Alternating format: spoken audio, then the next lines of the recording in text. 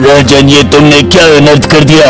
मैं इस जंगल को बचाने के लिए घोर तपस्या कर रहा हूँ और तुमने इस हिरन को बिना अपराध मार डाला। तपस्वी शिकार करना मेरे जैसे सर्वश्रेष्ठ राजा की पहचान है। वैसे भी मैं हर रोज इस जंगल में आकर शिकार करता हूँ। शिकार करना मेरा परम उद्देश्य है तपस्वी। हे घमंडी राजा, तुमने मेरी आंखों के सामने एक बेबस जीव की हत्या की है। जा, मैं तुझे श्राप देता हूँ, एक दिन तुम्हारा पूरा परिवार शिकार हो जाएगा और तुम अपने राजमहल में अकेले पड़ जाओगे। अकेले, जब तुम्हें पता चलेगा जीवन का मूल्य क्या होता है। ऐसा कुछ नहीं होगा। मेरे पास इस पूरे राज्य की ताकत है। मैं मौत को भी अपनी मोहताज बना सकता हूँ। आप जैसे पाखंडी तपस्वी लोगों को श्राप देकर भयभीत कर सकते हैं, इस शमशेर सिंह को नहीं। देखना, एक दिन ये घमंड तुम्हें ले डूबेगा। शिवगिरी राज्य एक बहुत बड़ा और सुंदर राज्य था। वहाँ राजा शमशेर सिंह राजपाट की बागडोर संभाला करते थे। शमशेर सिंह को अपनी ताकत पर काफी ज्यादा घमंड था, क्योंकि उनके पास प्रजा की शक्तियाँ और सैन्य बल था। राजा की बहुत ही खूबसूरत रानी थी, जिसका पुत्र राजकुमार उदय था। एक दिन राजकुमार उदय शाही बाग में ताजी ताजी हवा का आनंद ले रहे थे। तभी वहाँ पर राजा शमशेर सिंह आ जाते हैं। राजकुमार उदय, हम चाहते हैं कि आप भी हमारी तरह जंगल में शिकार खेल के आओ। हम भी तो देखे आप कितने बहादुर हो। नहीं पिताजी, मैं अकेला जंगल में शिकार करने नहीं जाऊंगा। ठीक है, ठीक है। आप हमारे पड़ोसी राज्य के मित्र के पुत्र विक्रम को अपने साथ ले जाइए। उन्हें भी शिकार खेलने का बड़ा शौक है। जैसी आपकी आज्ञा पिताजी।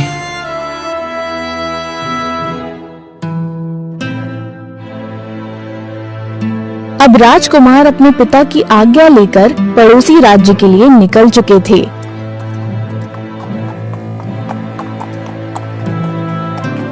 पड़ोसी राज्य के राजकुमार विक्रम को अपने साथ लेकर जंगल में शिकार करने के लिए निकल चुके थे। उदय, तुम काफी ज्यादा डरपोक हो। मैं तो शिकार खेलने अकेला जाता हूँ। मेरी तरह बहादुर बनो। ऐसा कुछ नहीं है मित्र, मैंने सोचा तुम्हें शिकार करने का बड़ा शौक है, इसीलिए साथ में तुम्हें बुला लिया। ओहो हो, वो तो घने जंगल में जाने के बाद ही पता चलेगा कि कौन पहले शिकार करता है। अगर मैंने पहले शिकार को मार गिराया तो तुम्हें मेरी शादी राजकुमारी मिथिला से करवानी होगी, और अगर तुम मेरे से पहले शिकार को मार गिराओगे तो मैं तुम्हारी शादी अपनी कौशल्या से करवा दूंगा। मुझे तुम्हारी शर्त मंजूर है मित्र, चलो आगे बढ़ते हैं। अब उदय और विक्रम दोनों घने जंगल के अंदर चले जाते हैं। तभी उन्हें एक खरगोश भागता हुआ दिखाई देता है। उठाओ अपनी धनुष राजकुमार उदय, वो रहा हम दोनों का शिकार। जो भी इस खरगोश को पहले मार गिराएगा वही शर्त का विजेता होगा। दोनों उस खरगोश का शिकार करने के लिए अलग अलग दिशा में चले जाते हैं। आज चाहे कुछ भी हो जाए, इस खरगोश को मेरा ही तीराघात करेगा, क्योंकि मैं भी राजा शमशेर सिंह का बेटा हूँ। हार मानना तो मेरे खून में भी नहीं है। और उस उदय से एक मक्खी नहीं मरती, वो शिकार क्या करेगा? खरगोश को तो मेरा ही तीर लगेगा। तीर लगते ही मैं शर्त जीत जाऊंगा और मिथिला से विवाह कर लूंगा। उदय, मुझे बचाओ, मेरी मदद करो। अरे ये क्या? ये तो मेरे मित्र विक्रम की आवाज है। मुझे लगता है वो जरूर किसी बड़ी मुसीबत में फंस गया है। मुझे विक्रम को बचाना होगा। ऐसा बोलकर राजकुमार उदय उस आवाज की ओर जाने लगता है। वो आवाज एक गुफा से आ रही थी। राजकुमार उदय उस गुफा के अंदर चला जाता है।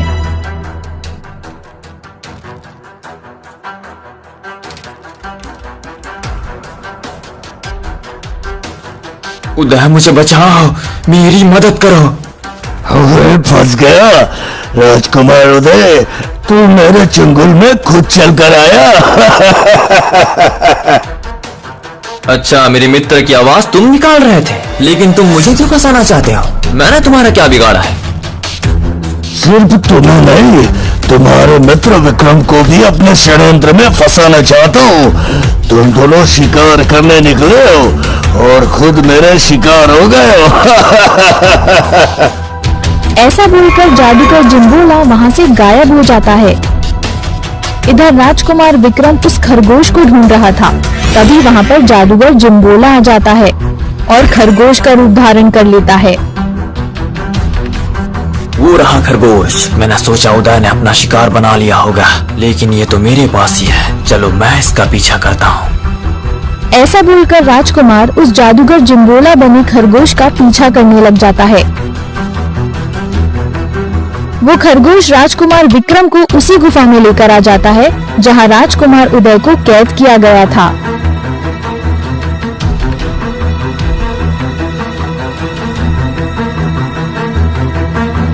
भाग जाओ विक्रम, यहाँ से भाग जाओ। ये कोई खरगोश नहीं बल्कि छलिया जादूगर है। अब जैसे ही विक्रम उदय की बात सुनकर गुफा से बाहर जाने की कोशिश करता है, तभी जादूगर जिम्बोला अपने असली रूप में आ जाता है और राजकुमार विक्रम को भी कैद कर लेता है। यहाँ से भागने की कोशिश मत करना, क्योंकि ये तुम्हारा महल नहीं, मेरा खंड है। यहाँ सिर्फ मेरी मर्जी चलेगी, तुम्हारी नहीं, समझे? लेकिन हम दोनों को तुमने इस तरह कैद क्यों किया है? हम तो आपको जानते नहीं है। आखिर हमसे तुम क्या चाहते हो? हमें छोड़ दो। ऐसे कैसे छोड़ दूं? मैं तुम दोनों की बलि देकर इस पूरे जगत का सबसे बड़ा जादूगर बनना चाहता हूँ। फिर ये पूरा संसार मेरी हुकूमत पे चलेगा। इधर राजा शेर सिंह काफी ज्यादा चिंता में बैठे हुए थे। तभी वहाँ पर राजकुमारी मिथिला आ जाती है। क्या हुआ पिताजी, आज आपके मुख पर ये भय कैसा? पुत्री राजकुमार उदय शिकार पर गए थे, अभी तक राजमहल लौटकर नहीं आए। मुझे चिंता है कि उनको कुछ हो न जाए। पिताजी, हो सकता है हमारे पड़ोसी राज्य के राजकुमार विक्रम ने उन्हें वहाँ रोक लिया हो। आप चिंता ना करें, मेरा भाई उदय बहुत बहादुर है, वो राजमहल लौटकर जरूर आएंगे। नहीं पुत्री, राजकुमार उदय पड़ोसी राज्य में नहीं है। अगर वो पड़ोसी राज्य में होते तो हमारे मित्र अभी तक गुप्तचर भेज दिए होते। मुझे मंत्री वीरभद्र को राजकुमार की खोज में जंगल ही भेजना होगा। राजा जल्दी से मंत्री को अपने पास बुलाते हैं। मंत्री जी, हमें लग रहा है राजकुमार उदय और राजकुमार विक्रम जरूर किसी मुसीबत में फंस गए हैं। आप सैनिकों को अपने साथ ले जाकर दोनों राजकुमारों का पता लगाइए। ठीक है महाराज, जैसी आपकी आज्ञा। ऐसा बोलकर मंत्री कुछ सैनिकों को अपने साथ लेकर जंगल की ओर निकल जाते हैं।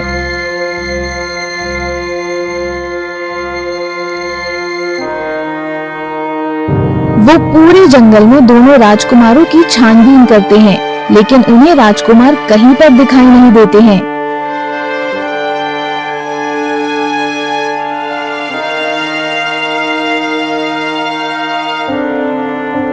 महाराज, हमने पूरा जंगल छान मारा, लेकिन दोनों राजकुमारों का कुछ पता नहीं चला। मुझे लगता है जरूर उनके साथ कोई घटना घटी होगी महाराज। मंत्री जी, लगता है अब मुझे ही कुछ करना होगा। अगर दोनों राजकुमारों को कुछ हो गया तो मेरे पड़ोसी राज्य के मित्र को क्या जवाब दूंगा मैं? रात होती है। राजा शमशेर सिंह को दोनों राजकुमारों की चिंता सताई जा रही थी। इसी चिंता की वजह से उन्हें नींद भी नहीं आ रही थी। अगर मुझे दोनों राजकुमारों का पता लगाना है तो एक बार राज्य के दौरे पर निकलना ही पड़ेगा। पता नहीं कोई सबूत ही मिल जाए। ऐसा बोलकर राजा अंधेरी रात में महल से बाहर आ गए और वो गांव की तरफ जाने लगे। अरे हरिया, तुमने सुना? हमारे गांव में शुभम के पास एक ऐसा तोता है जो आगे और पीछे का भविष्य बताता है। हाँ कालू, सुना तो मैंने भी है, लेकिन पता नहीं ये बात कितना झूठ है और कितना सच। अब राजा उन दोनों की बातें छुपकर सुन रहा था। अरे तोता आगे और पीछे का कैसे भविष्य बता सकता है? चलो कल इस शुभम को राजमहल बुलाता हूँ और दोनों राजकुमारों के साथ क्या हुआ है इस तोते से पूछता हूँ। ऐसा बोलकर राजा फिर अपने महल की तरफ चले जाते हैं।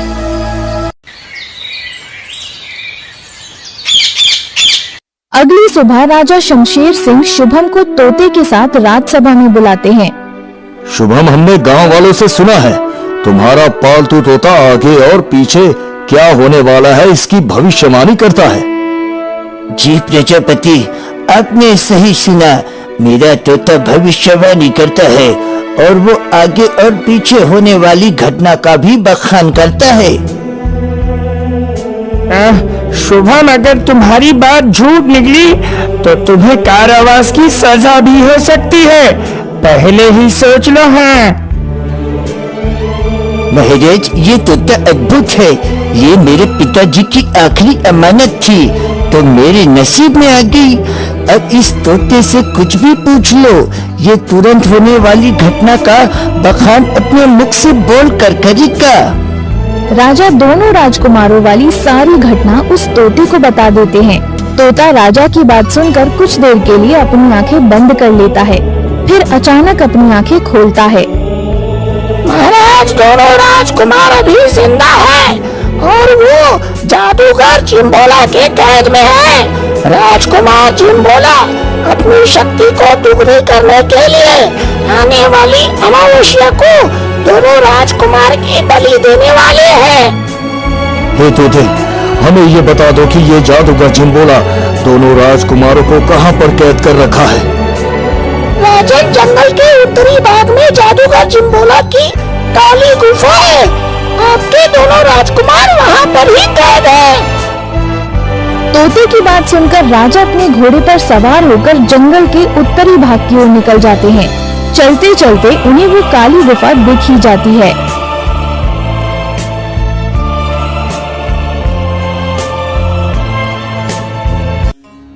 जादूगर चिम्बोला, छोड़ दे मेरे राजकुमारों को। मैं तुम्हें तुम्हारे षड्यंत्र में कामयाब होने नहीं दूंगा। मूर्ख राजा, तुमने क्या सोचा वो तोता भविष्यवाणी करता है? नहीं, ये सारा खेल मैंने तेरे साथ खेला था ताकि तू अपने बेटे को बचाने के लिए जादूगर चिम्बोला के दरबार पर आए। लेकिन आखिर तुम मेरे ही बेटे को क्यों बलि देना चाहते हो? अगर तुम्हें शक्तिशाली बनना है तो तुम किसी और इंसान की भी बलि दे सकते हो। मुझे इन दोनों राजकुमारों की बलि नहीं देनी है। ये तो मेरी चाल थी ताकि तुम्हें यहाँ पर बुलवाकर अपनी शर्त पूरी करवा सकूं।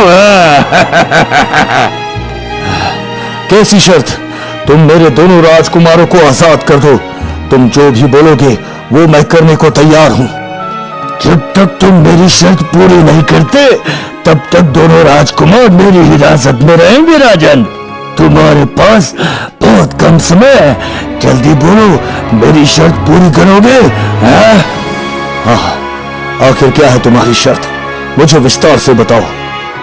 तो सुनो राजन, पहले इस गांव पर मैं और मेरी बहन हाका राज करते थे। रात होते ही पूरे गांव में हमारे डर से सन्नाटा छा जाता था। कोई भी गांव वाला सूरज छिपते ही जंगल के रास्ते में नहीं आता था।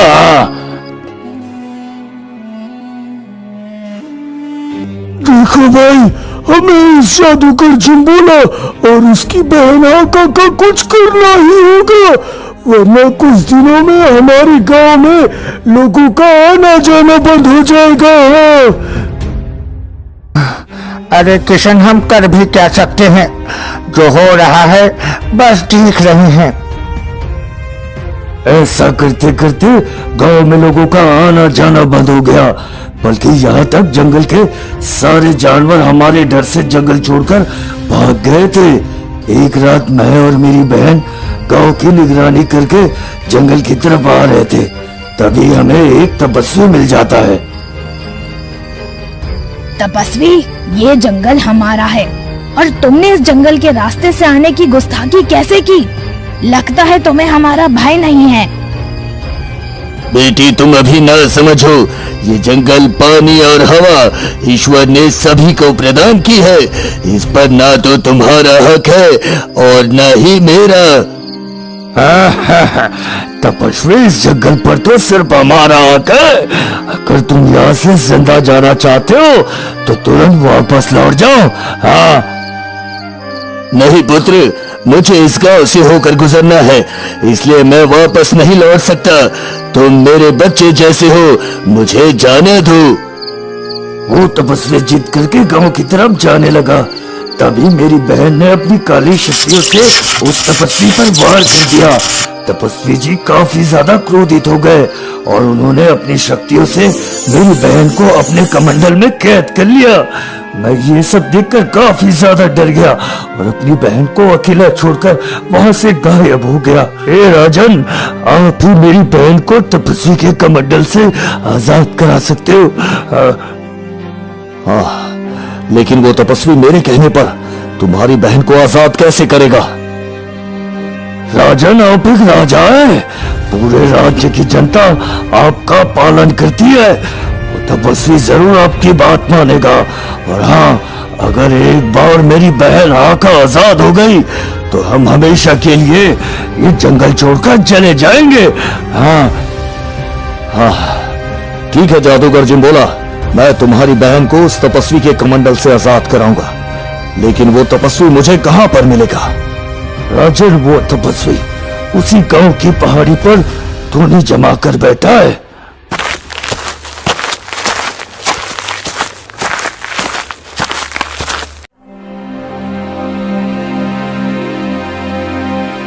राजन, आप यहाँ पर? आखिर आपको मेरी क्या जरूरत आन पड़ी राजन? तपस्वी जी, मैं जादूगर जिम्बोला की बहन हाका को आजाद कराने आया हूँ। अगर आपने हाका को आजाद नहीं किया तो वो जादूगर जिम्बोला मेरे दोनों राजकुमारों को कभी आजाद नहीं करेगा।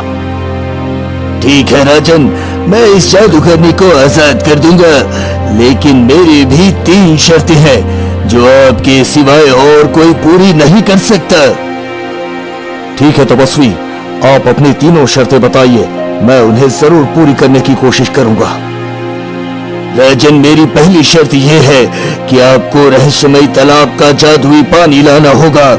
मेरी दूसरी शर्त यह है कि आपको जादूगर जिम्बोला की जादुई छड़ी उससे छीननी होगी।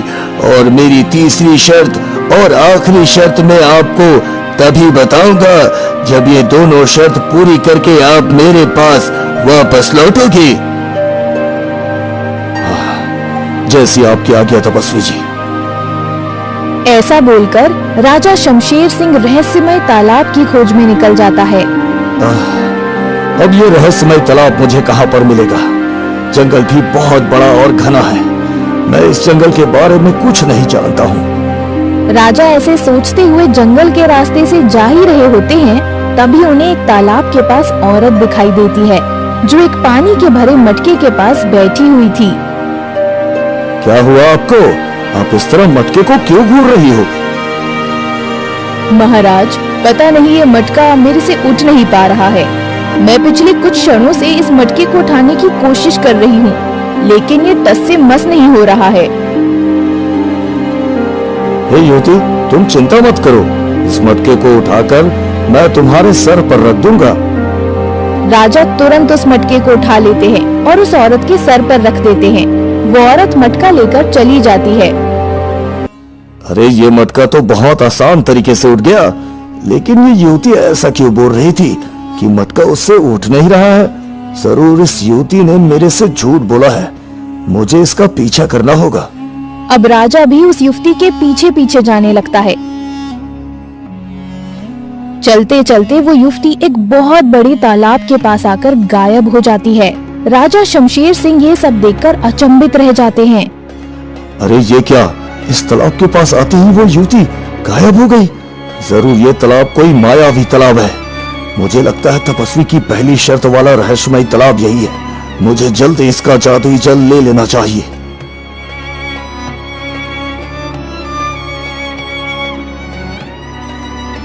अब राजा जैसे ही उस तालाब का पानी लेने की कोशिश करते हैं, तभी उस तालाब से आवाज आती है।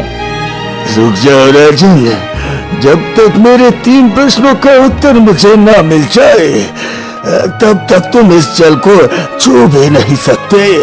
अगर तुमने इसे छूने की भी कोशिश की तो तुम उसी जगह पर भस्म हो जाओगे। हाँ, लेकिन आप कौन हो? सामने आओ।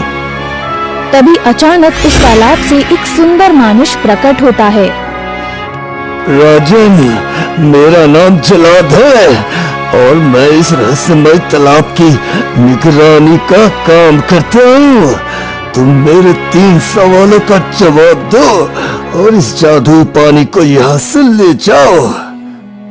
ठीक है, मैं तुम्हारे 3 सवालों का जवाब देने के लिए तैयार हूँ। आप अपने सवाल प्रस्तुत करें। मेरा पहला सवाल, एक सर्वश्रेष्ठ राजा का सबसे बड़ा धर्म क्या है? एक सर्वश्रेष्ठ राजा का सबसे बड़ा धर्म उसकी प्रजा का हित करना होता है। अर्थशास्त्र में राजधर्म के बारे में कहा गया है कि प्रजा के सुख में ही राजा का सुख होता है और प्रजा के हित में ही उसका हित होता है। राजा का अपना स्वार्थ नहीं होता बल्कि प्रजा का प्रिय ही उसका प्रिय होता है। अद्भुत अद्भुत अद्भुत! वाह राजन। मेरा दूसरा सवाल, मनुष्य का सबसे बड़ा मित्र और सबसे बड़ा शत्रु कौन है? मनुष्य का सबसे बड़ा मित्र और सबसे बड़ा शत्रु उसका मन ही होता है। मन एक ऐसा मित्र है जो सही मार्ग भी दिखा सकता है और सही मार्ग भुला भी सकता है। अति उत्तम राजन, अति उत्तम। मेरा तीसरा सवाल यह है कि एक सिद्ध पुरुष की क्या पहचान होती है? हे जलाद, सिद्ध पुरुष वो होते हैं जिनकी कोई इच्छा नहीं होती। परमात्मा की स्मृति, योग साधना से ही उन्हें तृप्ति मिलती है। वो जो संकल्प करते हैं वो सिद्ध यथार्थपूर्ण होता है। उनके बोल जैसे कि वरदान के लिए होते हैं। वाह प्रजापति, आपने मेरे 3 प्रश्नों के उत्तर बखूबी दिए। आप मेरा जादुई पानी ले जा सकते हो। राजन, तुम्हारा कल्याण हो, कल्याण हो। ऐसा बोलकर जल्लाद वहाँ से गायब हो जाता है। अब राजा उस रहस्यमय तालाब का जादुई पानी लेकर वहाँ से चल दिए और सीधे जादूगर जिम्बोला के पास आ गए। जादूगर जिम्बोला, तुम्हें ये जादुई छड़ी मुझे देनी होगी।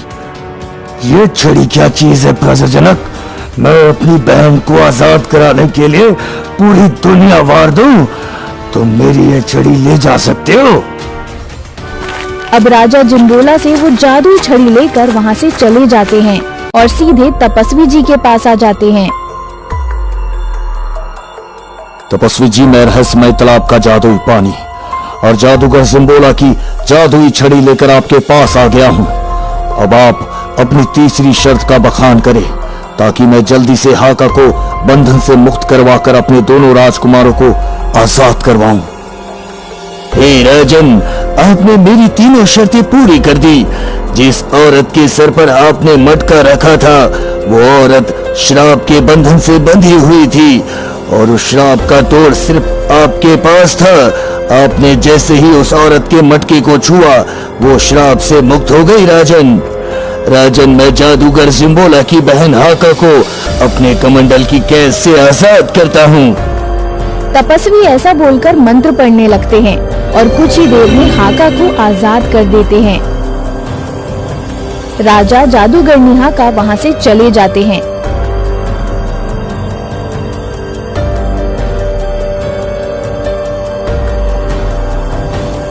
और सीधा जादूगर जिम्बोला के पास आ जाते हैं।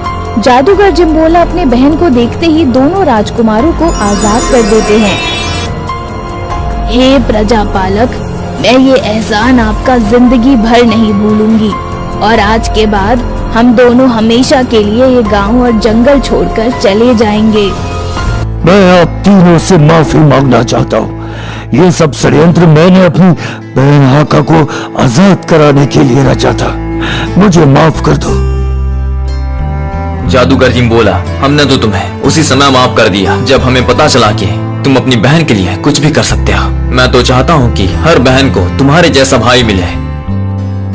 अब जादूगर जिम्बोला और उसकी बहन हाका हमेशा के लिए वो जंगल छोड़कर चले जाते हैं। इधर राजा दोनों राजकुमारों को आजाद देखकर काफी ज्यादा खुश थे। राजकुमार उदय, हमें माफ कर दो। हमने ही आपको शिकार के लिए बोला था। अब हम कभी भी आपको शिकार के लिए नहीं कहेंगे। नहीं पिताजी, आपकी इसमें कोई गलती नहीं है। जो होता है वो अच्छे के लिए होता है। ऐसा बोलकर सभी राजमहल की तरफ रवाना हो जाते हैं। इधर राजा शमशेर सिंह ने अपनी बेटी मिथिला का विवाह राजकुमार विक्रम के साथ करवा दिया था। इधर पड़ोसी राज्य के राजा भानु प्रताप ने भी अपनी राजकुमारी कौशल्या का विवाह राजकुमार उदय से करवा दिया था।